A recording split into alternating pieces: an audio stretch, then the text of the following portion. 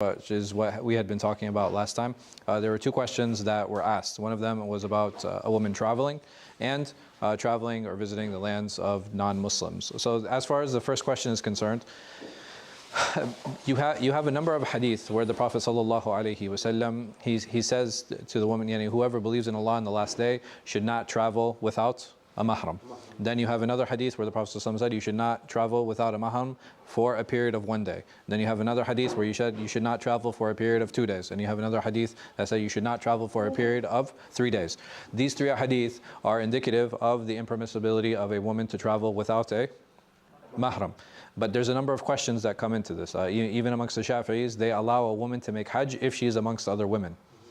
So there has to be more to this. It's not as simple as just looking at these hadith and saying, okay, it is not permissible. Why did the Prophet ﷺ give different timelines? This is a question. It deserves exploration, right? Why would he select? So the first one, where he said that a woman should not travel without a mahram, a person can say, okay, this hadith is general, and now when you have these specific timelines, it's specific.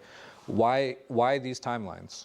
Why allow 1 day? Why allow 2 days? Why allow 3 days? If we assume that there are different women coming him and asking him the same question. Because it's not possible the same woman is coming and asking, and he's giving 3 different answers. Depends on the context. Okay, what is some context that we can come up with that would help us understand this? All right, the purpose of travel. Okay. What is? All right, the distance. All right. So what is happening? So is the distance the reasoning? Does that? It could be. Then it could be. It could be. All right. So, but here in 3 days, how far can I get? In today's world, right? I can cross the world and come back again, right? So it's not the distance. I can definitely see that, or the time zones. I can see that. But I guess the question is, you guys are saying, all right, distant. Why? You said distance. Because of the situation at that time. All right. So let's take the situation into account. What situation? What can happen? It wasn't safe to have like a all right. It wasn't safe. Yeah.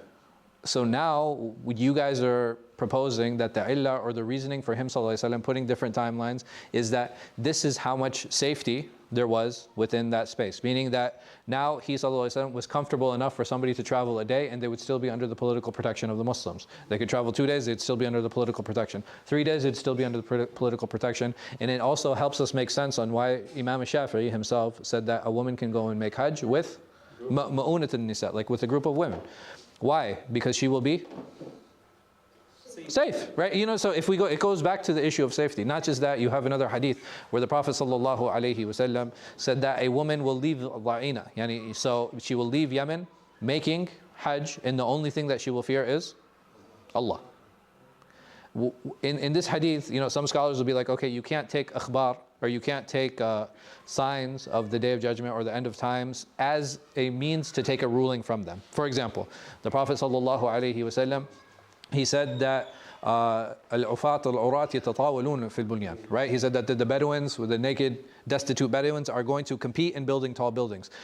Can I take a ruling from this that is impermissible for Bedouins to build tall buildings? No, I can't. It's just a khabar, right? It's just a piece of information that the Prophet ﷺ is telling us that what is going to happen. What about this one that I have? The mar'at al-da'ina, this woman who is going and traveling, and she's saying all she is fearing is Allah. Can I take a ruling from this, or is there an understanding I can take from this? I mean, you can understand that it would be safe for her. Okay, you can understand there's safety. That the Prophet ﷺ here is showing that it's going to be so safe that even a woman will be able to travel alone. Do you think that this is being said in a positive context or a negative context? Positive. It's a positive context. And he ﷺ is telling us, like, in a good way, that hey, this is going to happen. It's going to be such safe. Why would he not say that, but what she's doing is haram? She's going to make hajj, right? She's going to make hajj. She's going to go and fulfill a pillar. But he ﷺ is not telling us, he didn't say like, no, but this is wrong, or she didn't do it. He didn't say this about a man. He said it about a woman. He didn't say that a man will leave Yemen. It's not like there was, the political turmoil and instability was all over. It wasn't just like in Mecca and Medina, it was all over. But he's saying that no, a woman will leave. Why? Because women, in general, compared to men, are more, they're more vulnerable, right? This is just a fact, that they're more vulnerable. And he sallallahu alaihi wasallam, is giving us that example, is telling us that, okay, this is going to be the situation, this is how safe it's going to be. And this is why you have a number of scholars, whenever they talk about traveling with a mahram, they always associate it with the issue of safety. Meaning that if the place that she is going unsafe, it is impermissible for her to travel without a mahram. How can we understand this in a modern context? Now, if women, what happens when a young woman goes to New York or goes to LA? Why do they go in general? Huh? Not to study. They go to get involved in the entertainment industry, right? So what happens to a good number of them? This is not a small percentage. It's not a small number. What happens to them? I'm sorry? Not catcalling. Catcalling is small. You get that everywhere, huh? Drugs. Huh? Oh, drugs. Drugs.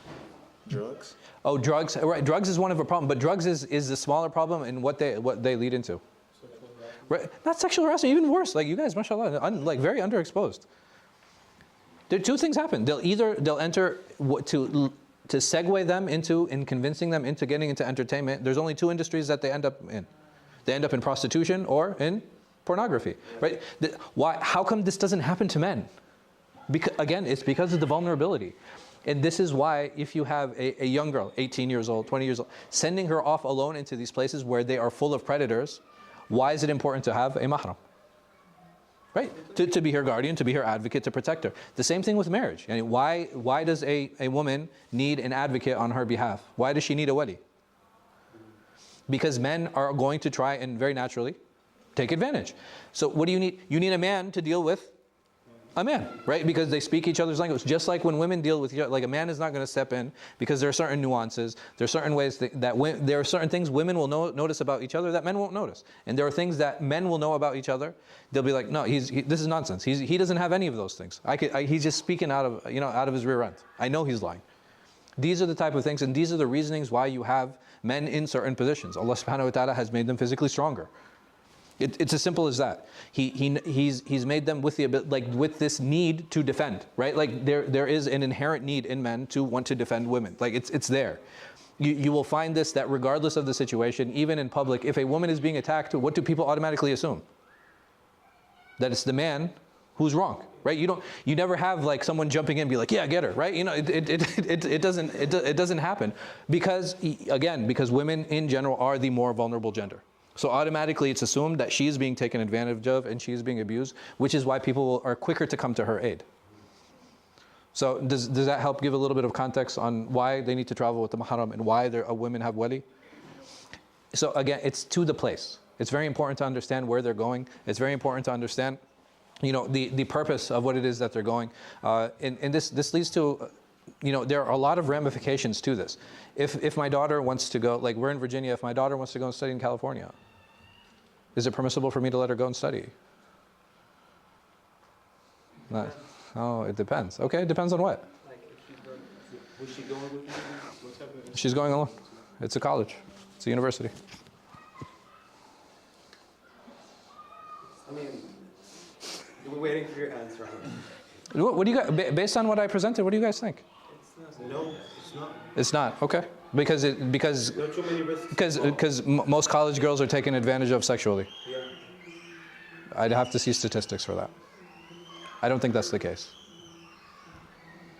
I mean, Are some, yes, but that's not going to prevent them from being taken advantage of in other places as well. And are girls who live at home with their parents taken advantage of sexually in like not in the home environment, but who live at home? I mean, if they're living with the parents, maybe the chances are lower. But Maybe, right? There's a chance for that, for sure. But again, I don't know. I don't have the numbers. So for someone to come and tell me like, just on a purely theoretical discussion, I would say no. But if somebody came to me and be like, no, Sheikh, look, 70% of the girls who go and study at colleges, they're sexually molested in their first year. Right? Then you'd have an argument. Then I would be like, okay, yeah, that makes sense. Or allowing for example, I'm sure it's happened in many homes. A girl, she graduates college, right? She's 22 and she gets a job in another state, or 3 states over, or 4 states over, or internationally. One of the brothers I know, she got a job and now she's overseas, unmarried. maybe it comes back to like whether, like let's say, whether her father wants to allow it or maybe her husband or not. Is that a factor? No, I mean the thing is, if something's impermissible, if I allow my daughter to drink alcohol, is that okay? No. No, right? It has to be halal or haram, right? And that's the first step. And then we can talk about, like, if something's halal and my father is preventing me from it, it depends on the situation, right? Because he has the right, as being my father, of preventing me from doing certain things. The first question is, like, okay, is this that space or not? Is it essentially haram, where the father doesn't even need to have a discussion, because he'd be like, well, it's haram, just like eating pork and just like drinking alcohol? Or is it something that's halal, that's like, okay, hey, listen, we need to explore this a little bit? Yes? What about in terms of like the woman, she lives with her wedding, Yeah. but she moves out Uh-huh. Oh, on her own? and that happens too. Like, so you have women who, because of the environment at home, in that, not that the parents are physically abusive or sexually abusive, but they're toxic, right? You know, like, there's a lot of emotional drain when you come home. You're constantly under stress, and you're like, I can't live here anymore. I love my parents, I just can't live with them. Can she move out? Or it's not even a toxic environment. She just wants to establish herself, and she just wants to get out of the house.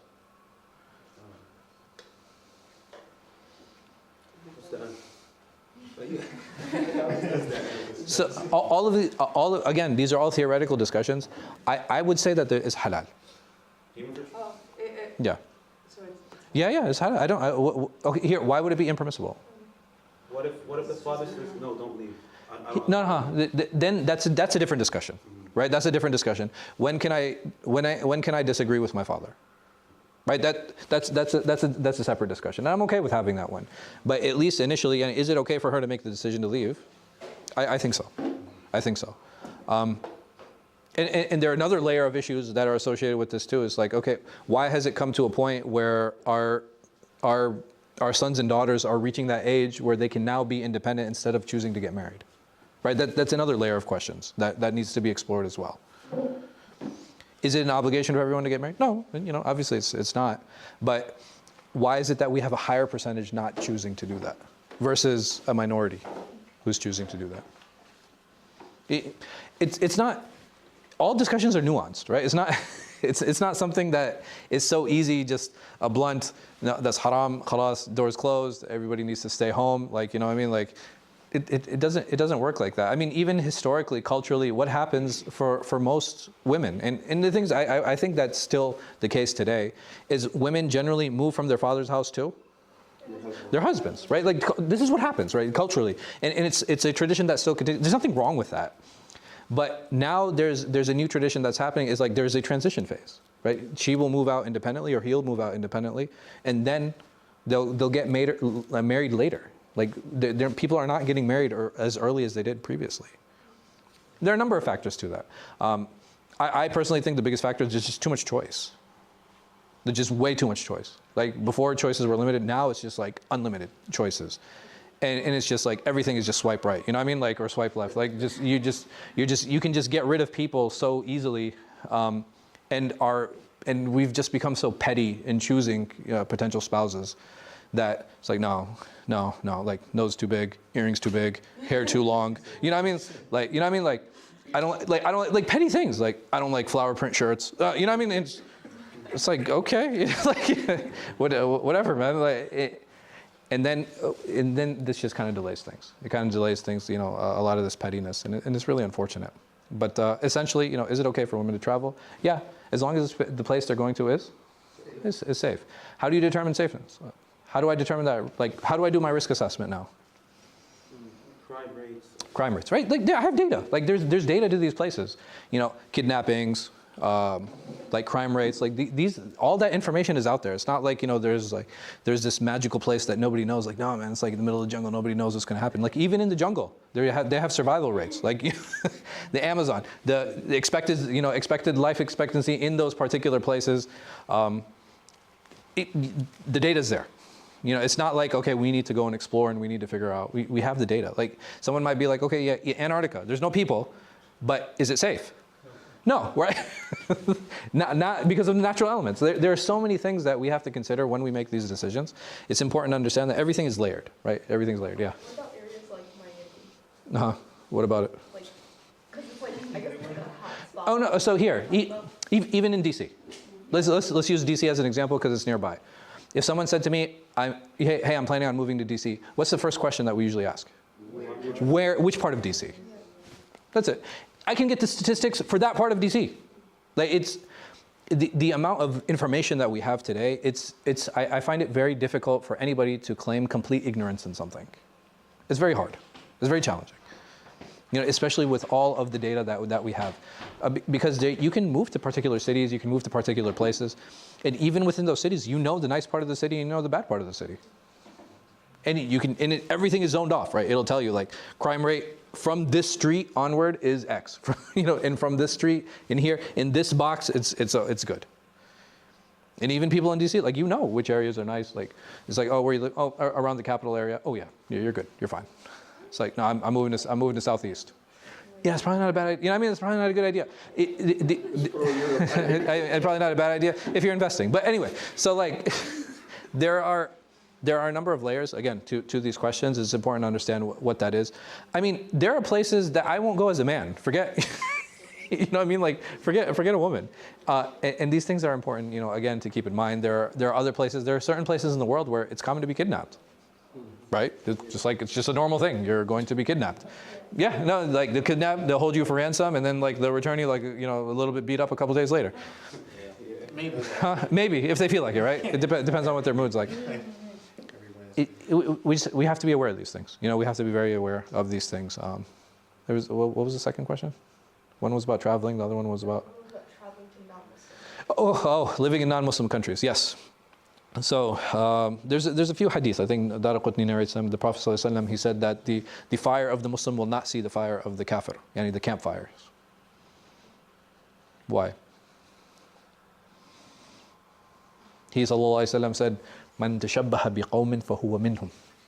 Whoever imitates the people is from them. وَمَن يَتَوَلَّ مِنْهُمْ فَإِنَّهُ مِنْهُمْ. That whoever takes them as friends, as allies, then he is from them. And you guys are all living in America. May Allah guide you. Yeah. During like times of war. Show me the context where it says during the times of war. You prove it to me. You're saying it's war. I'm saying these are general verses. And we're going to get to generalities, by the way. One of the important usuli discussions is how to determine which verses are general and which verses are specific, right? It's very important. Because I can take a general verse and apply it specifically, or I can take a specific verse and apply it generally. Yes. Tfadal. Like, Okay. Yes. I don't think it's about the place you're living in. Uh-huh. It's about like what do you do, your actions, behaviors, Sure. morals. Like what? Like as an example, like if I drink, then I'm trying to be like the kafirin as an example. Okay. You know what I mean? like what if Or like, for that hadith is like Okay. for like let's say you live in a Muslim country and all the conditions to live there like peacefully is. Where did you come up with these conditions, Akhi? Where'd you come up with these conditions? Okay, let's say like you can have a decent like living lifestyle. Then why are you going to leave that country to a non-Muslim country? Because I shouldn't live amongst the non-Muslims. Akhi. Allah subhanahu wa ta'ala, He prohibited me from allying with them and taking them as friends. Huh? No, but that's no. Like لا ينهاكم الله عن الذين لم يقاتلوكم. You taking specific verses and trying to apply them to general. May Allah guide you. Yes. Yeah. You're going to say something? No. Refugees? Yeah, they should stay in their Muslim countries. Huh? Among Muslims. Why not? Just take allegiance to Taliban and khalas, man. You're fine. No, but I mean, you guys have a grasp and context of the understanding. When you say in a state of war, that does bring some context to it, but it's more along the lines of like here the Prophet ﷺ, even if we say the hadith is sahih, even if we say it's acceptable, here is he talking about politically or religiously? Religiously. Huh? It's religiously for you, right? But for most of the ummah, it's politically, right? That here he ﷺ is basically saying that if you are at that distance, what does that mean? That you are putting yourself in threat. The fact that because now you're on the border. You're on the border of Muslim lands, and the fact that you can now see their campfires, it means what? It means you're too close and I can't protect you. Like you shouldn't be in that situation. Like you have put yourself in a dangerous situation. And it's important to remove yourself from that situation. It is a state of politics. Like it's important to understand these things, that a lot of these discussions about mixing and doing all this, they're all political discussions. The first migration was to where? Habasha. And Habasha was a Christian country. And the second migration was to? Habasha.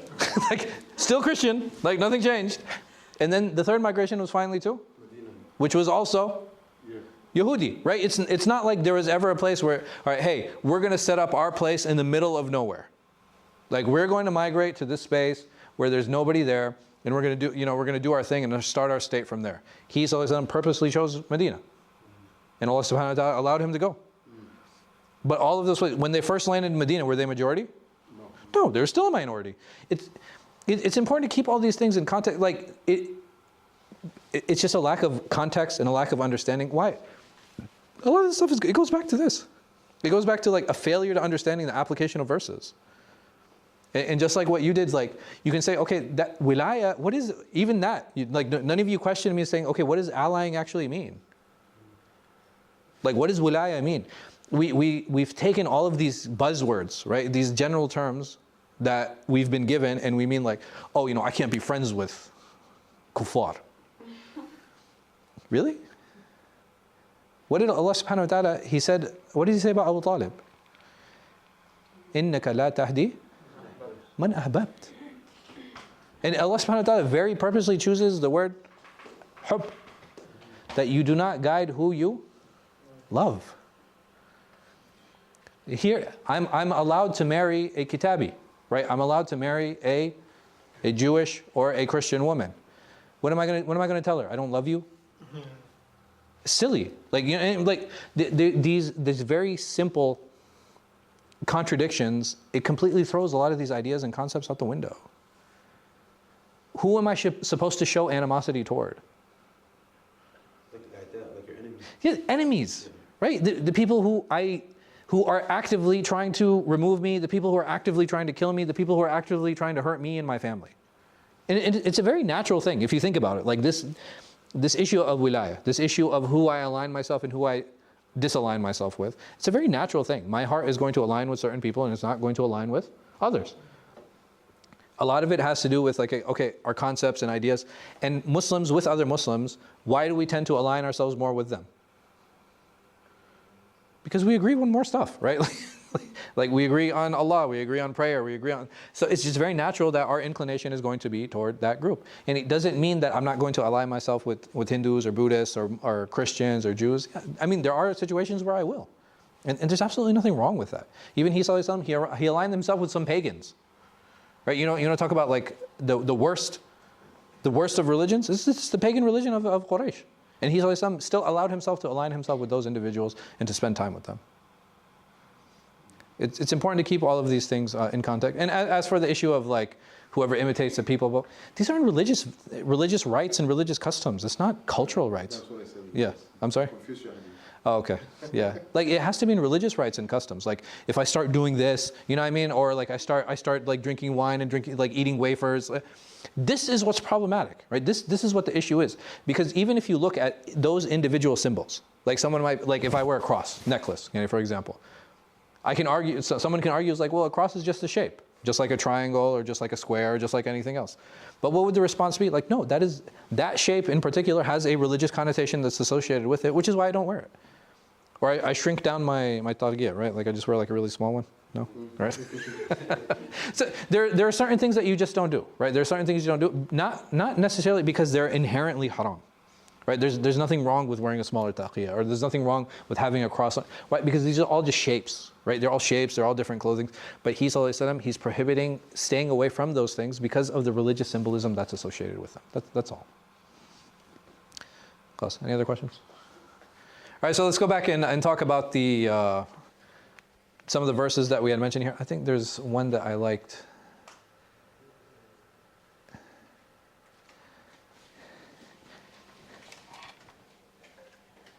This one's really good. وَلَا تَمْشِ فِي الْأَرْضِ مَرْحًا إِنَّ اللَّهَ لَا يُحِبُّ كُلُّ مُخْتَالٍ فَخُورٍ. That do not turn your nose up at people. So here Allah subhanahu wa ta'ala, He's saying, do not walk around arrogantly. Don't walk arrogantly. Allah subhanahu wa ta'ala does not love arrogant or boastful people. So here, what does that look like?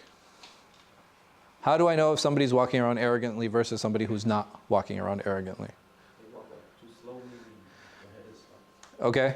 They're speaking condescendingly to people. Okay.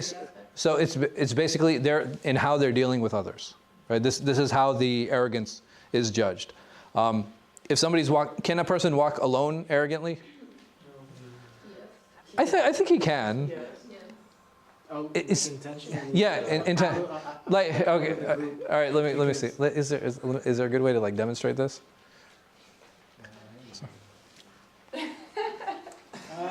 Right. You know, it's just like you have this like tafakhur. You know what I mean? Like you know what I mean? Like you just have this attitude about it's really this attitude that you have. But is there a problem with walking in and of itself? No. No, right? Like walking is something that we all do. It's something that's halal.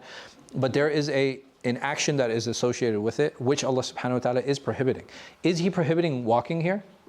No. What is He prohibiting then? Arrogance, yes. Sure, no, not a problem. So over here, walking in this manner, it is what? It is haram, right? It is not permissible to walk in this way. Why? Like lying is clear. Cheating is clear. Murder is clear. Why is it haram to walk in this way? Because of takabbur. Right? Takabbur is something Allah subhanahu wa ta'ala, like pride and arrogance, these are things that are categorically prohibited, just like those things are prohibited. So with bringing up like people's past mistakes and Rubbing in their that face? fall under this? I think that's a manifestation of arrogance, or it can be, because there are a few ways that arrogant people work, right? One way is that they praise themselves, and what do they do with others? All right, they try to push them down, right? They think the way to climb the ladder is on people's heads, right? You know, by kind of putting them down and like really dismissing them. So I think it can be a manifestation of that. Or blackmail too. Huh? It can be blackmail to Sure. use somebody's. Oh, yeah, oh, that's true. So you can use it. You can use that information to blackmail someone. In a state of anger. Yeah. What if those mistakes were like, let's say those mistakes were like, or their behavior never changed because of those mistakes? Can you give me an example, just so I can understand? Like someone made a certain mistake, right? Yeah. And then their behavior like so showed it. Okay. Somebody lied. Okay. Now, let's say that the person lied. Let's say that we have Ahmed and Ahmed lied. That what is he doing now? Because this is the connection I'm missing. What is it about him now? What are you trying to say about him? I mean, like lying is. I mean, I'm just asking. I don't really have a specific example. If you give me a specific case, it'll be easier for me to understand. I'll think of one. Okay, khalas, that's fine.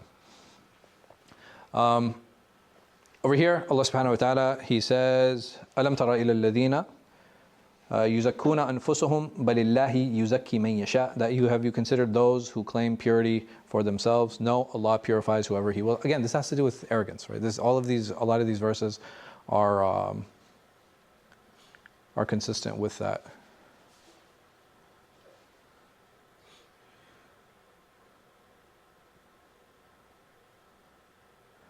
This is good. Do not gaze longingly at what we have given some of them to enjoy. What is he talking about here? وَلَا تَمُنَّا. He's talking about envy. Right? He's talking about envy and jealousy. So it's, or to covet what other people have. Here, it's interesting how Allah subhanahu wa ta'ala, He says, وَلَا تَمُنَّا عَيْنَيْكَ. That don't put this hope in other people's things. Right? You know, don't covet other people's things. And this is an example and manifestation of jealousy. Allah subhanahu wa ta'ala, He doesn't say la tahsadu, right? He doesn't just say like, you know, don't be jealous or don't covet. He actually gives a practical example of this, like this. Why? Because it's an expression of sometimes how we feel toward other people's things. That is what do you guys think that is? Is it prohibition or is it discouragement? I think it's a prohibition. It's a prohibition against jealousy. I'm sorry? I feel like that leads to becoming a Oh, for sure. It also say it's telling them how someone might feel about you if they feel Sure. towards absolutely. I mean, so bringing that awareness, right? Bringing that awareness that it is very possible that other people will covet what it is, the things that you have. And then dealing with that spiritually, there are different ways to do that.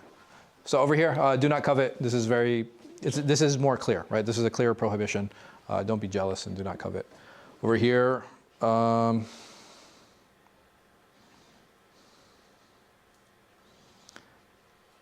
okay, this is good. Over here, Allah subhanahu wa ta'ala says, لِكَيْ لَا تَحْزَنُوا عَلَى مَا فَاتَكُمْ وَلَا مَا أَصَابَكُمْ.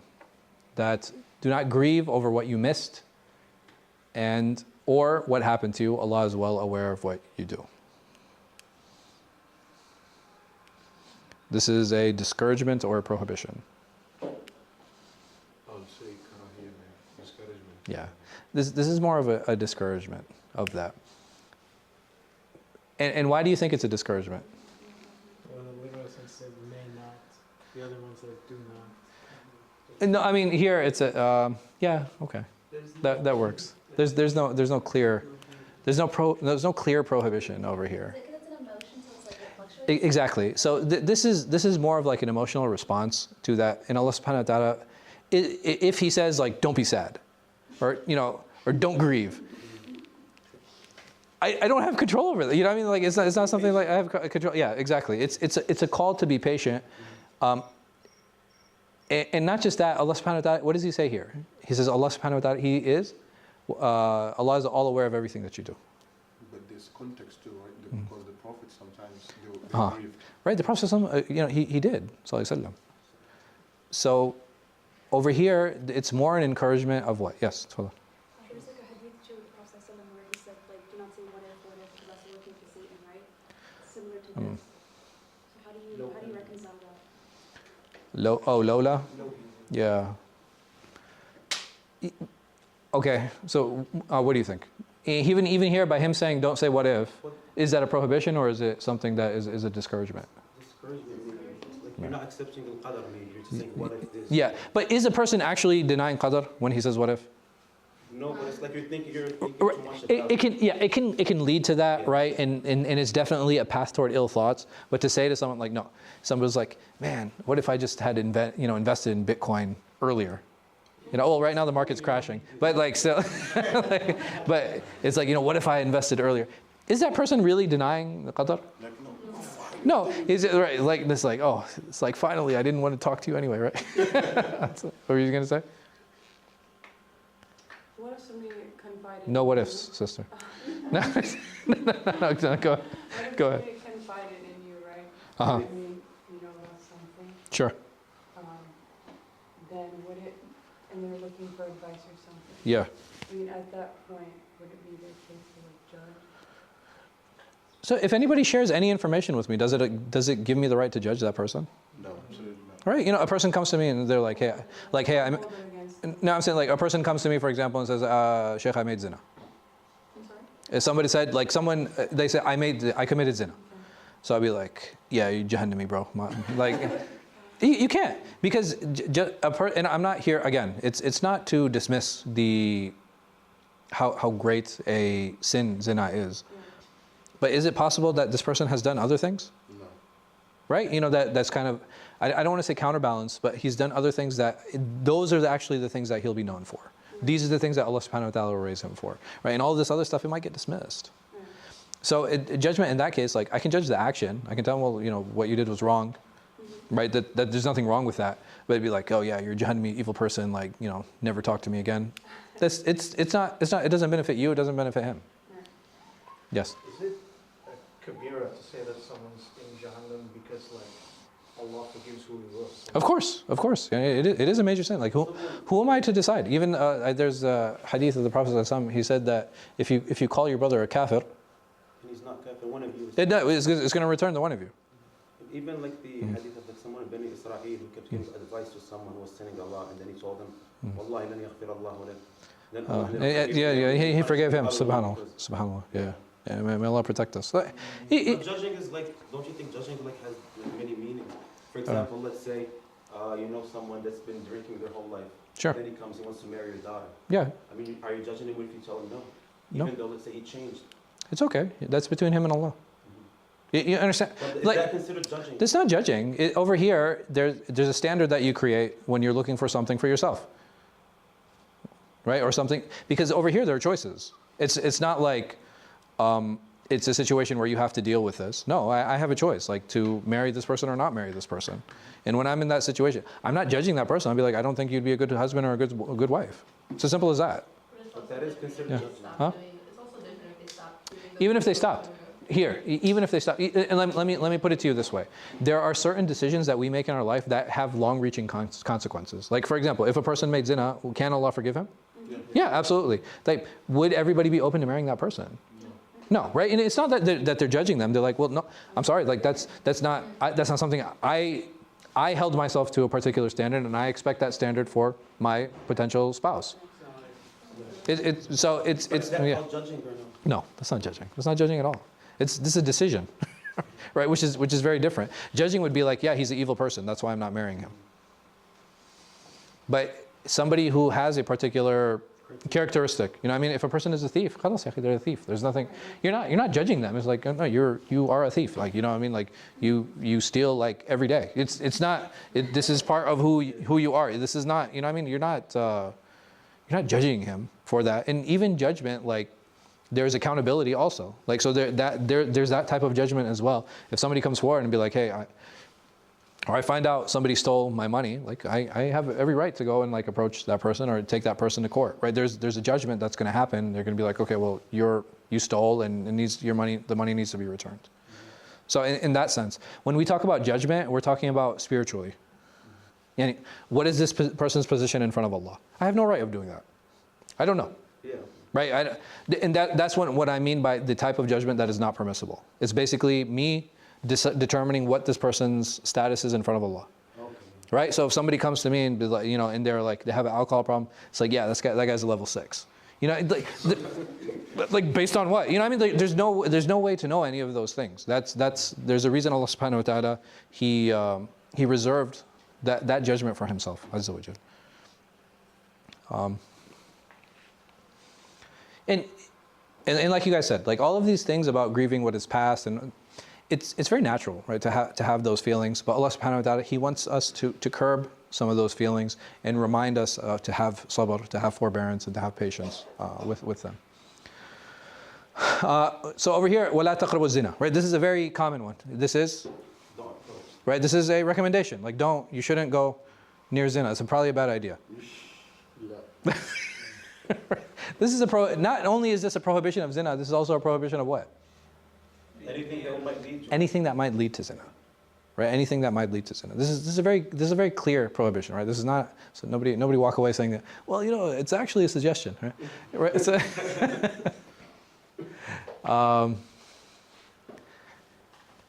over here, don't have any compassion for them in carrying out Allah's law. Who's He talking about here? For like the Yeah. No, not the Yeah. So it's basically anybody who's carrying out the capital punishment, right? Whether it be flogging or whether it be the death penalty. Like, don't show mercy, meaning like don't lighten up. Like, the punishment is the punishment. There's no reason to show that. And if the purpose is to put on it to show the public and discourage the public, in addition to helping that person reconcile, then holding back is not going to benefit that person. Yes. I've seen videos of like people after they get the jild. Yeah. Like people start hugging them. Like. Yeah. I mean, I don't know. It sounds like a cultural thing. I don't think I'd want to be hugged after being flogged or anything. It's like your back is all raw. Like, I don't know. You know what I mean? Allah protect us. يا أيها الذين آمنوا إنما الخمر والميسر والأنساب والأزلام رجس من عمل الشيطان فاجتنبوه. So ijtinab, this is a very strong command to stay away from, you know, different things and different practices. It's the same verb that also came previously with zina. And this, again, to stay away from it at all costs. الذين يبتلون رسول النبي الذي Okay. إنما حرم عليكم الميتة ودم لحم الخنزير وما أهل لغير الله به, that he has forbidden for you. So over here the clear term is being used that it is haram, it is prohibited. Consuming others' wealth, consuming others' property, this is haram. Here, right, the verses of riba. Apparently there are some people who feel that riba is okay. I don't know. May Allah guide them. The question earlier, like Sure. I tried to Google the answer and I Sure. came across a fatwa. About? I don't know if it was a fatwa or not, but someone said as long as the interest rate is not like over 100%, it's halal. And like Yeah, so they're over 100%? Wow. 99.999. Yeah. something like that, but like No, so the thing is, I'll share. I did a lecture on mortgages. The idea wasn't to talk about riba by itself, but riba was one of the components of the lecture. I'll send it to you, inshallah. Take a look. And it just presents the different opinions and different ideas. I actually even shared it with a lot of my peers. And they're like, it makes sense. So inshallah, take a look if it makes sense to you. I'm sorry? Not a single criticism of it? Well, there is, like, people do. You always have credit. Like, there was one brother, he was like, he said, he's like, and there are some people who try to confuse people by defining riba and defining usury and defining interest. And I was like, I wasn't trying to confuse anyone. I was like actually trying to define it so that we can stay away from it. Not just that, subhanAllah, the amazing thing with riba also is that it is one of the things that Umar, what did he say? He said, I was hoping that Nabi Sallallahu Alaihi Wasallam kana yufassiruha. what? I was like, كنت أرجو أن النبي صلى الله عليه وسلم يعني يفسرها. يفسرها. Yeah, riba. Well, because it's not like لم تفسر, like how do you like use that? Exactly. So the thing is, all you can do is you can take isharat, right? So, and what you can do is, I think there's actually a good survey that was done by an economist, right? Not by a religious scholar, which is, I mean, alhamdulillah, I'm glad he did it, but this is something that the clergy should have done a long time ago, is he did a survey of ribawi practices. Like, so he did a survey before Islam and after Islam. And how do like different societies kind of deal with it? It's actually, he did a really good job. Yeah. Huh? Oh, explain. Explain. It's like, I wish that this was one of the things the Prophet ﷺ explained. So. Anyway. There's some people who say not to just not go over a certain percentage. Yes, right. So, like I said, you were there at the lecture. When I, yeah. There was a dad that was like talking about conspiracies. In front of me, I mean, the conspiracies are important. They're important during riba discussions. No, he was just saying a whole bunch of stuff about it. And he's like, Yeah. this is that, and I couldn't. Yeah, you can, because the conspiracy was like really important. It's like, yeah, those Masons, right? So, so over here, Allah subhanahu wa ta'ala, He says, وَلَا تُبَاشِرُهُنَّ وَأَنْتُمْ عَاكِفُونَ فِي الْمَسَاجِدِ, and do not go near them while you're in i'tikaf. Yeah, Is that a prohibition, or is that? I always wondered about this verse too. I spent a lot of time with it. I was like, in what situation would you be that you would be with your wife during i'tikaf? What do you guys think? Let's talk about that first, and then we can talk about what the hukum is. If you can bring a gas cooker in the masjid, you can definitely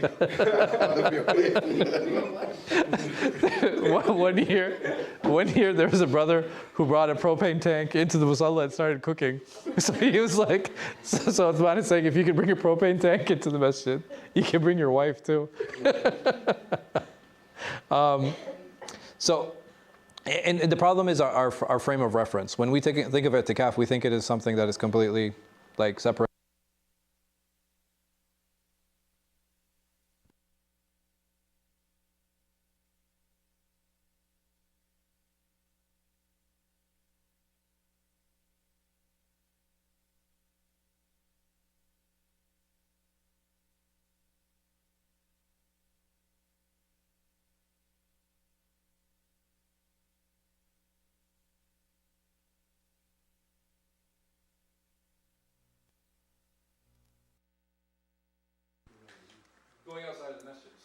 chances of them actually interacting with their wives was very high, right? It was very high. So this is why, and Allah knows best. Like versus today, right? A lot of like we can get stuff delivered to us. We have bathrooms in the masjid. Like there's very little need for us to actually leave the masjid grounds versus at that time. So what is the hukum? Then being intimate with your wife during i'tikaf, it is haram. Wow. Or maybe just rules i'tikaf. Huh? This, I don't know. What is the hukum of i'tikaf? Uh-huh. Yeah, I mean it's recommended or mubah, like either or. طيب, so if there is a hukum that's related to something that's mubah, how can you say that it goes above it? Well, it's the same thing if you're fasting, let's say, about the nafila. If Huh? you're fasting a nafila, Yeah, like it's the same thing. it's the same thing. It's what? Like if you're fasting Sitt of Shawwal. If you're fasting to Shawwal, and you know what I mean, Ashab Tazawwaj. and you get hungry. You know, like Oh yeah. you know what I mean, like and you eat. Just ruins your. It's just like right. It's makruh, and it's the same thing here, right? It's something because what are you doing to the ibadah? What are you doing to the worship? So like. Right, you're tainting it, right? You're tainting it by doing this, like you're removing the idea behind it. So but to say it's haram, meaning that a person will be sinful if he does it. I find that difficult. This one's good. Well, how much time do we have? Okay, we got a few minutes. Allah subhanahu wa ta'ala says, وَلَا تَنْكِحُوا فَتَيَاتِكُمْ عَلَى الْبِغَاءِ إِنْ أَرَدْنَا تَحَسَّنًا لِتَبْتَغُوا عَرَضَ الْحَيَاةِ الدُّنْيَا. That do not force your slave girls into prostitution when they themselves wish to remain honorable in your quest for the short-term gains of this world. Can you explain like a few minutes of it, or is it? So there are. That's something that I think. So Abdullah ibn Ubay ibn Salul, he had like 9 slave girls, and he used to, and he forced them into prostitution. Okay. They never did that with like al-Hurra. No. Okay. No, this is not a practice that was done with free women. No, it was always done with slave girls. I mean, not that it makes it any better, Of course, but you know what I mean. Like that's what was done. My question here is in aradna tahassuna, that okay, when they themselves don't want to do it, like what if they consent? It's not a grah anymore. Yeah. It's true. But It's like, not- it's wrong. It's still wrong, but it's not like they're being forced. It's not like something with them. Okay. So just like the. No, I mean, quotes is like- here. Okay. But then what is the advantage of this addition? He's taking a specific situation and like. Well, I mean, do you think? I mean, I guess we're jumping the gun a little bit, but does this apply generally, or does this apply specifically to that situation? Generally, right? I can't force if I have slave girls, I can't force them to be prostitutes. Like I can't. That's not something that's allowed. But over here, this edition here, they themselves wish to remain honorable. What if they don't? What if they're okay with the lifestyle? That's so haram, but it's not like you're not forcing. Voluntary It's voluntary harm. Yeah. That's It's haram. so. I mean, some of the Mufassirin had that. It's to show يعني خرج مخرج الغالب. That most women they don't want to be in this situation. Like most women don't want to be in this situation. They don't want to be forced into prostitution. And when Allah subhanahu wa ta'ala, when He adds this in, it's to show how khabith the amal is. Like it's to show how evil it is. And this is just to do tawqeed, and it's just to emphasize the fact of how bad it is. وَلَا تُؤْتُوا سُفَهَاءَ أَمْوَالَكُمْ. That do not entrust the property or entrust money to feeble-minded people.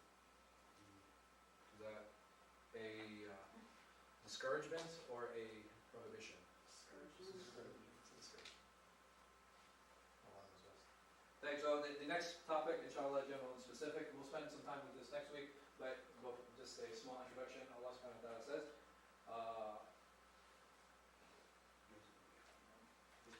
يا أيها الذين آمنوا لا تسألوا عن أشياء أو تبدوا لكم تسؤكم. And over here, وَسَارِقْ وَسَارِقَةُ فَقْطَعُوا أَيْدِيَهُمَا. That you who believe do not ask about matters which if made known to you might make things difficult for you. And here, and do not go anywhere. No, this is wrong. This should be the male and female, the thieves, and cut their hands. So over here, which one is general and which one is specific? Or are both of them general or both of them specific? The right one is specific. This is specific? Okay. It's general. It's general. This is general? And this is? Right? You can't just cut like anybody's hands? No. Right? So this is general, right? No. This is specific. No. I think it's other. So I mean, the scholars, the scholars, they use this as an example of harm, and they use this as an example. Why? What do you guys like the